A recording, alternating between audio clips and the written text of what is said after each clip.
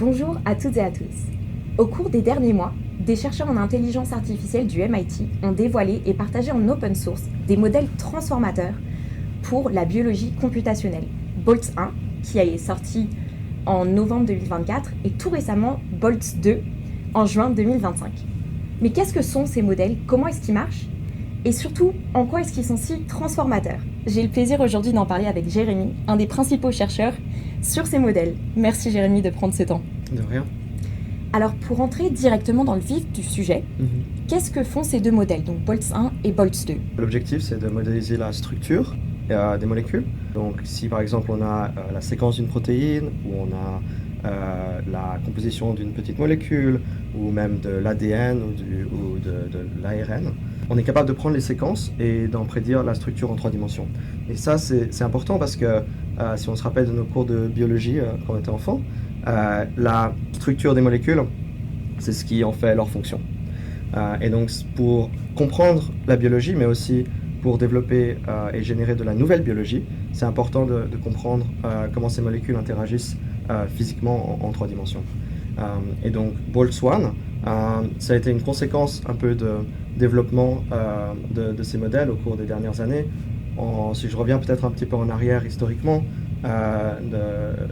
AlphaFold 2, qui était sorti en 2021, si je me rappelle bien, où là c'était vraiment cette révolution de la capacité de prédire la structure des protéines.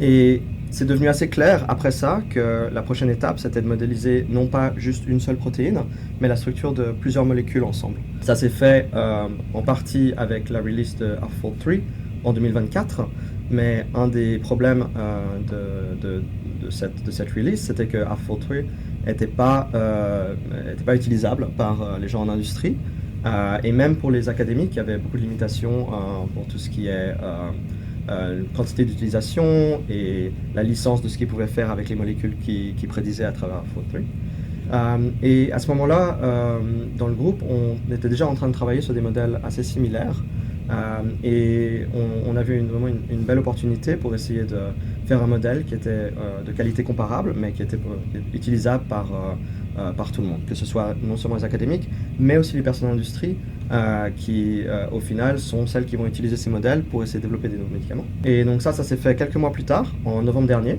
Et là, donc, le modèle était maintenant capable non seulement de prédire la structure d'une protéine, mais plutôt la structure de 2 protéines, la structure de 2 protéines avec une petite molécule. Et donc c'est vraiment cette nouvelle étape de pouvoir comprendre comment les molécules interagissent les unes avec les autres. C'est vraiment un précurseur pour le développement de médicaments. Et on arrive depuis là à Boltz 2, où là, la grosse question c'était, ok, maintenant on est plus ou moins capable de prédire la structure des molécules, mais on n'est pas forcément capable de dire lesquelles vont s'attacher les unes aux autres. C'est peut-être un peu non intuitif, mais les modèles de structure, ils sont seulement entraînés sur des interactions qui existent. Et donc ce qui va se passer, c'est que si on leur donne une molécule qui ne s'attache pas forcément à la protéine, le modèle il va quand même essayer de trouver une position dont la molécule s'attache à la protéine. Donc ils peuvent avoir une forme qui va ensemble, mais ça ne va pas forcément s'attacher ensemble. Exactement. Ce sera une sorte un peu d'hallucination, si tu veux, où le modèle pense que si la molécule s'attachait, elle s'attacherait comme ça, mais il se trouve que dans la nature, ça se fait pas. Et qu'est-ce qui fait que ça va s'attacher plus ou moins? C'est vraiment des forces physiques. Ça va être une sorte de complémentarité, non seulement géométrique entre la protéine, c'est comme un peu une serrure et une clé, où vraiment la protéine va prendre une certaine forme et la molécule va pouvoir s'attacher géométriquement à cette forme-là de manière complémentaire et au final créer des bonds entre les atomes de la protéine et les atomes de la molécule. Et donc, dans l'idéal, ce qu'on aimerait pouvoir dire, c'est que non seulement on est capable de prédire la structure, mais on veut essayer d'être capable de dire cette molécule va s'attacher de manière plus forte que cette autre molécule. Et ça, c'est vraiment la première fois qu'on résout un problème fondamental du développement de médicaments. Quand des médecins, des chimistes ou des biologistes, chimistes ou biologistes développent des molécules, une expérience un peu fondamentale qu'ils font dans le process, c'est trouver ce qu'on appelle des hits. Alors, un hit, ça veut dire une molécule qui s'attache à la protéine qu'on essaye de target. Donc peut-être pour revenir un tout petit peu en arrière là-dessus, la majorité des développements de médicaments, elles se font de deux manières. Une manière, c'est une manière phénotypique. La manière phénotypique, ça veut dire on va découvrir qu'une molécule a un certain effet et on va essayer après de comprendre quel est le mécanisme d'action de cette molécule-là. Quand tu dis une molécule a un certain effet, et quand tu le découvres, c'est dans quel cadre? Donc par exemple, la manière dont l'aspirine a été découverte, ça a été un peu par chance. On peut découvrir que cette molécule-là avait un effet positif, qu'on était malade.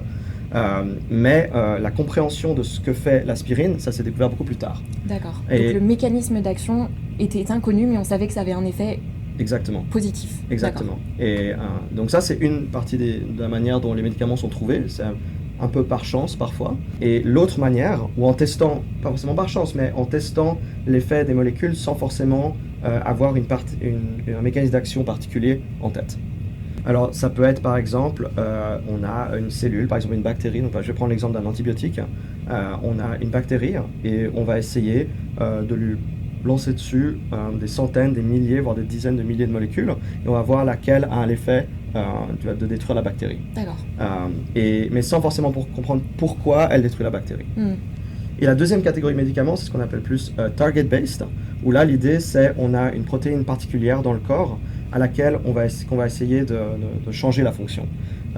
Donc ça maintenant c'est une grosse partie des médicaments aujourd'hui qui sont design de manière un peu plus rationnelle, de cette manière-là. Quand on fait ça, un des problèmes fondamentaux c'est de trouver les molécules qui s'attachent à la protéine qu'on veut target. Pour faire ça, il y a, expérimentalement, il y a plein de manières différentes. Mais une des manières, c'est aussi de faire ce qu'on appelle ces libraries, où on a des centaines de milliers, voire même des millions, même parfois des milliards de molécules, qu'on va tester tout en parallèle, et on va regarder celles qui s'attachent le plus.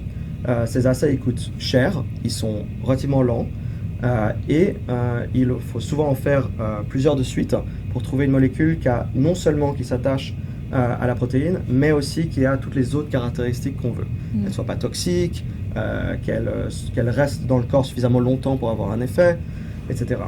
Qu'on puisse la prendre oralement et pas par injection, et toutes ces choses-là. Et donc, Boltz-2, vraiment l'impact principal, c'est de commencer à pouvoir faire cette première découverte de molécules complètement sur l'ordinateur. D'accord. Donc tu nous as expliqué l'impact sur la découverte de médicaments. Est-ce qu'il y a d'autres secteurs sur lesquels ces modèles peuvent avoir un grand impact aussi? Ouais, on a eu de la chance d'avoir beaucoup de contacts de personnes en dehors du monde pharmaceutique. On a par exemple des entreprises qui sont dans le parfum, dans la cosmétique, dans l'agriculture, ou vraiment, quelle que soit l'industrie, si ça utilise des molécules, des protéines, potentiellement les modèles peuvent être très utiles. Alors aujourd'hui, les modèles sont particulièrement performants sur certaines catégories de molécules, qui sont les protéines et les petites molécules, qui sont la majorité des médicaments.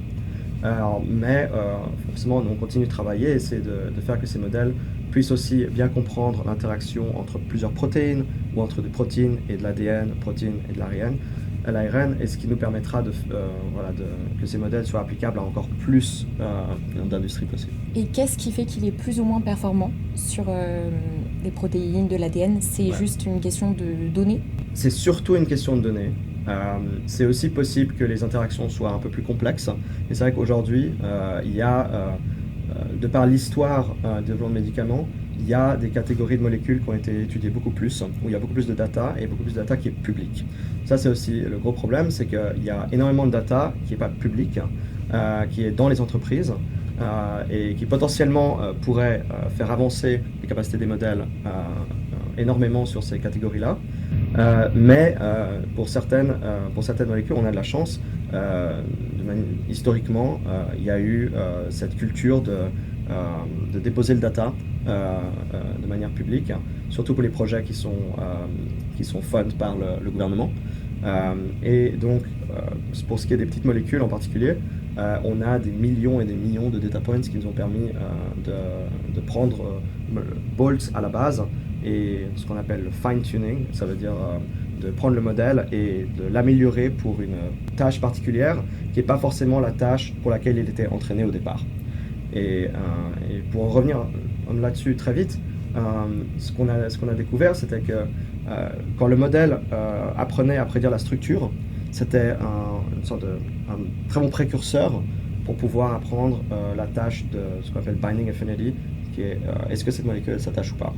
Et parce que le modèle, il a déjà compris un peu certaines facettes physiques qui lui permettent de transférer à ses autres tâches. C'est assez similaire avec ce qu'on voit aujourd'hui avec ChatGPT et ses autres modèles, où si on veut donner au modèle la capacité, par exemple, de faire de la classification ou de faire de traduire ou de résoudre des problèmes complexes, c'est utile de déjà lui apprendre l'anglais ou lui apprendre le français. Et ça, c'est un peu la même idée, c'est on va apprendre au modèle de prédire la structure, et en faisant ça, on va leur donner la capacité d'ensuite être capable de résoudre d'autres tâches en leur ajoutant plus de data. Est-ce que tu pourrais nous en dire un peu plus sur comment est-ce que ça marche? Ouais. Je vais partir peut-être du modèle de structure, et après on ira sur Boltz-2 avec la Binding Affinity.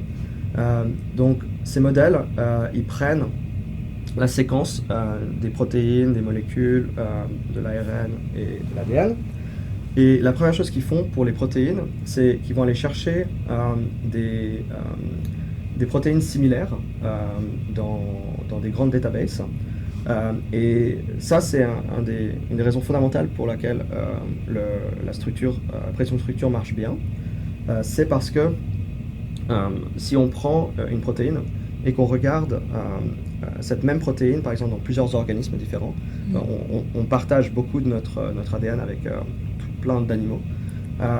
Et en prenant cette protéine, disons, je prends protéine A, et je vais trouver toutes les versions de protéine A dans le monde. Par exemple, dans tous les animaux ou à travers même les différents humains. Si je regarde et que j'aligne toutes ces versions de la protéine, donc ils vont avoir des mutations à certains endroits, si deux positions dans la séquence de la protéine mutent en même temps, ça veut dire que si je prends la version de la protéine A, par exemple, dans un chien, il se trouve que la position 2 et la position 10, elles ont changé les deux. Et si je trouve que la position 2 et la position 10, elles changent toujours ensemble à travers les différents organismes, c'est souvent un indice que ces deux positions, elles sont proches en 3 dimensions. Et donc c'est comme si on donnait au modèle un peu des indices sur à quoi la structure représente. C'est hyper fondamental. Si on n'a pas ça, les modèles ne marchent pas aussi bien. C'est vraiment cette idée d'utiliser les millions d'années d'évolution pour pouvoir prédire la structure des protéines. Donc ça, c'est pour ce qui est des protéines. Il n'y a pas forcément d'analogie pour ça, pour ce qui est petites molécules. Mais le modèle donc, prend cet groupe de protéines qu'on appelle les homologues, et il prend la séquence ou le graphe de la petite molécule, et il va d'abord passer par un neural network qui va encoder ces molécules, enfin à partir de la séquence. Et donc là maintenant on apprend des représentations qui sont vraiment juste des vecteurs de chiffres qui n'ont pas forcément de meaning, mais qui sont des représentations très abstraites de ce que représente la molécule. Et on va faire ça sur plein de layers. Donc le modèle est si tu veux, il est comme comment on dit layers, des couches, des couches. Voilà. Il est plein de couches, les unes après les autres.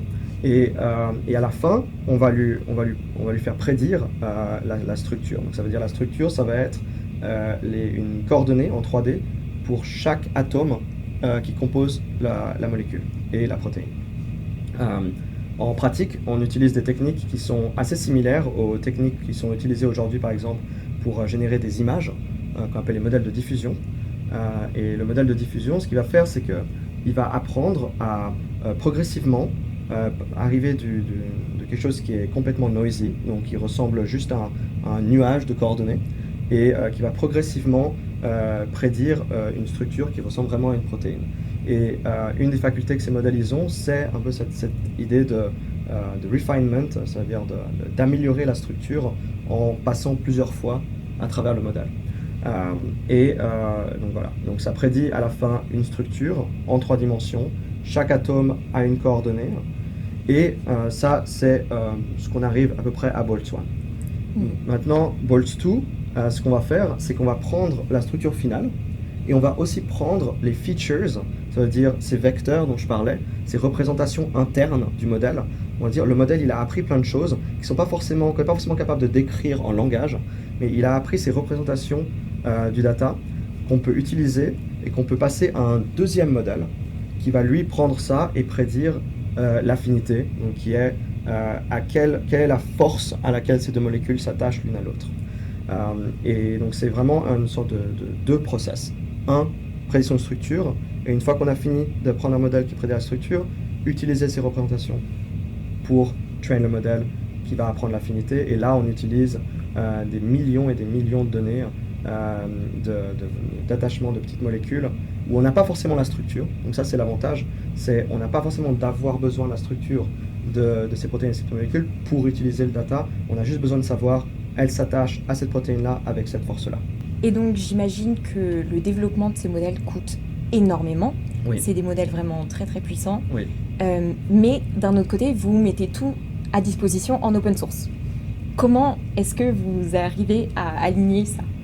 Alors, c'est vrai qu'on a beaucoup de chance ici à MIT d'avoir le soutien de beaucoup de funding sources, en particulier la Jamil Clinic, qui, moi, forcément, a été aussi qui m'a suivi un peu tout mon doctorat, qui suit tout notre labo et qui nous permet d'avoir les fonds nécessaires pour pouvoir s'attaquer à des projets comme ça.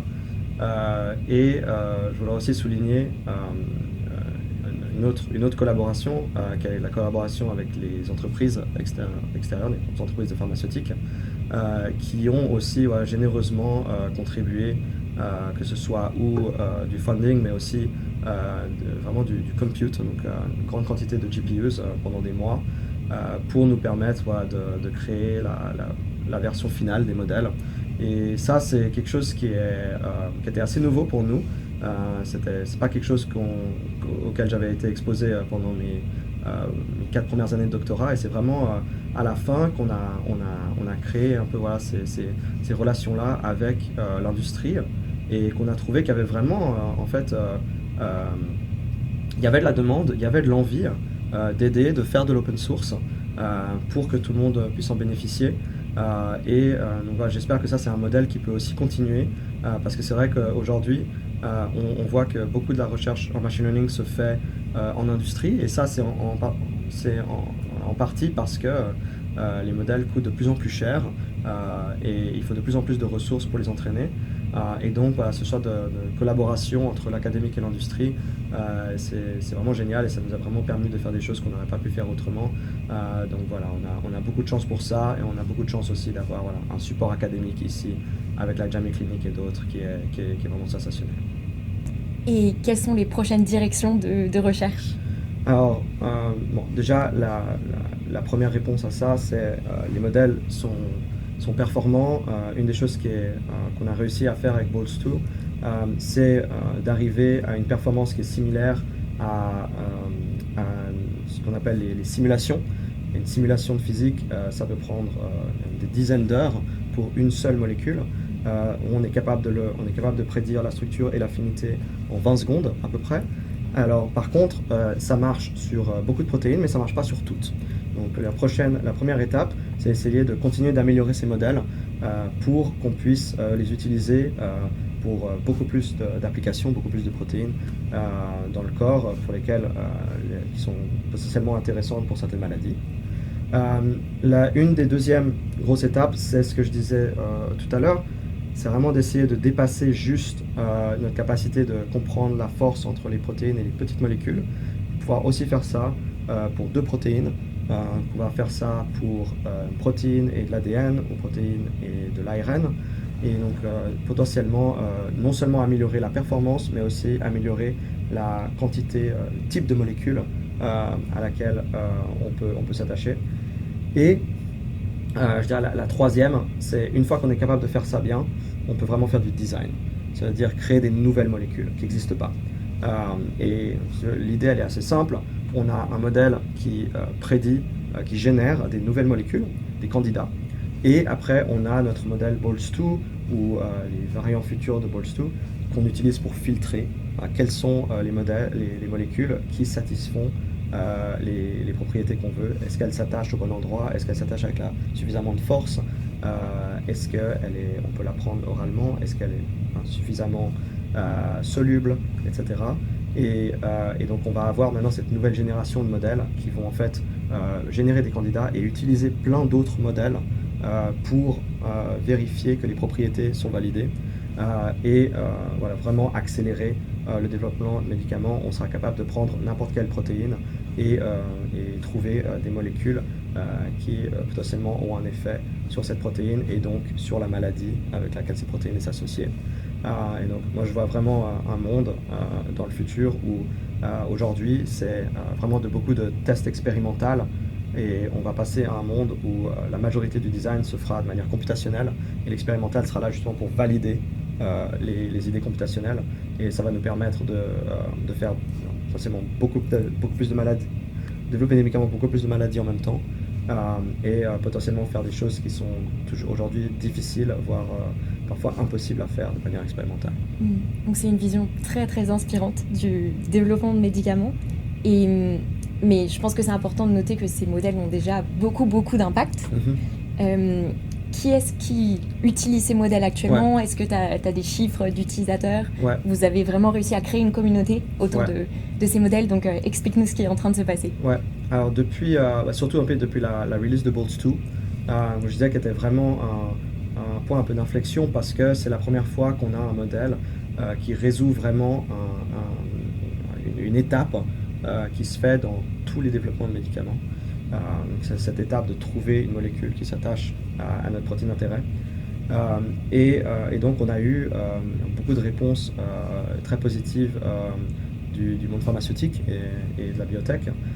Donc on connaît une équipe dans toutes les top 20 pharma qui déjà ont commencé à utiliser le modèle, au moins dans une équipe. Et il y a même certaines pharmaceutiques qui ont commencé à utiliser les modèles à travers l'organisation. Donc il y a vraiment un engouement pour ces modèles. On a une Slack channel aussi qu'on a développé au fur et à mesure des mois, où on a aujourd'hui plus de 2000 utilisateurs qui sont très actifs, qui répondent aux questions les uns les autres, qui trouvent des manières très créatives aussi d'utiliser les modèles pour de nouvelles applications. Je disais tout à l'heure, on a aussi des entreprises qui ne sont pas forcément dans la pharmaceutique, qui ont commencé à utiliser les modèles, par exemple pour développer de nouveaux parfums et des choses comme ça. Je pense qu'il y a vraiment maintenant, on a passé un peu ce cap d'être un peu du hype et du skepticism autour de l'AI, qu'on arrive vraiment à un moment où ces modèles sont vraiment en train de délivrer de la valeur pour ces entreprises-là. On l'a vu aussi en partie avec le prix Nobel délivré l'année dernière à AlphaFold 2 et à Protein Design. Et ça, c'est vraiment, je pense, un cap énorme qui montre que l'IA, il est là pour rester et il va résoudre des problèmes vraiment importants. Parler peut-être un tout petit peu plus aussi de notre communauté. On a aussi, vu que c'est open source, on a beaucoup d'utilisateurs aussi qui contribuent directement au modèle. Et donc ça c'est génial et on a eu vraiment une expérience assez incroyable de découvrir ce que les personnes à travers le monde étaient capables de faire avec ce modèle et améliorer le modèle aussi de plein de manières et parfois des manières étonnantes. Donc ça a été génial et on continue maintenant de continuer de travailler avec beaucoup de pharmaceutiques pour comprendre aussi quelles sont les choses pour lesquelles ces modèles ne marchent pas encore très bien et comment on les amène au next level. Donc beaucoup d'impact déjà et encore plus à venir. Est-ce que tu as des derniers mots pour tous ceux qui regardent ces vidéos, qui veulent en savoir plus et peut-être un call to action pour ceux qui voudraient contribuer? Je dirais mon call for action, ce serait de rejoindre la communauté de bourse qui est publique et où il y a des discussions très intéressantes, non seulement de personnes dans l'académique, mais aussi beaucoup d'utilisateurs dans l'industrie. Ma deuxième demande, ce serait de plus de collaboration autour du data. C'est vrai que je pense qu'aujourd'hui, il y a encore forcément énormément d'évolution de ces modèles au niveau algorithmique, mais c'est vrai qu'il y avait des parties des données où on est vraiment un peu aveugle, on a très peu de data. Et donc voilà, essayer de faire qu'on ait plus de ce data qui soit public, pour qu'on puisse créer la nouvelle génération de modèles. C'est hyper important et donc voilà, donc j'espère qu'on peut continuer à développer plus de ces databases communes avec lesquelles on peut partager nos data et faire qu'on puisse développer ensemble des meilleurs modèles. Merci beaucoup. Merci Maëlle.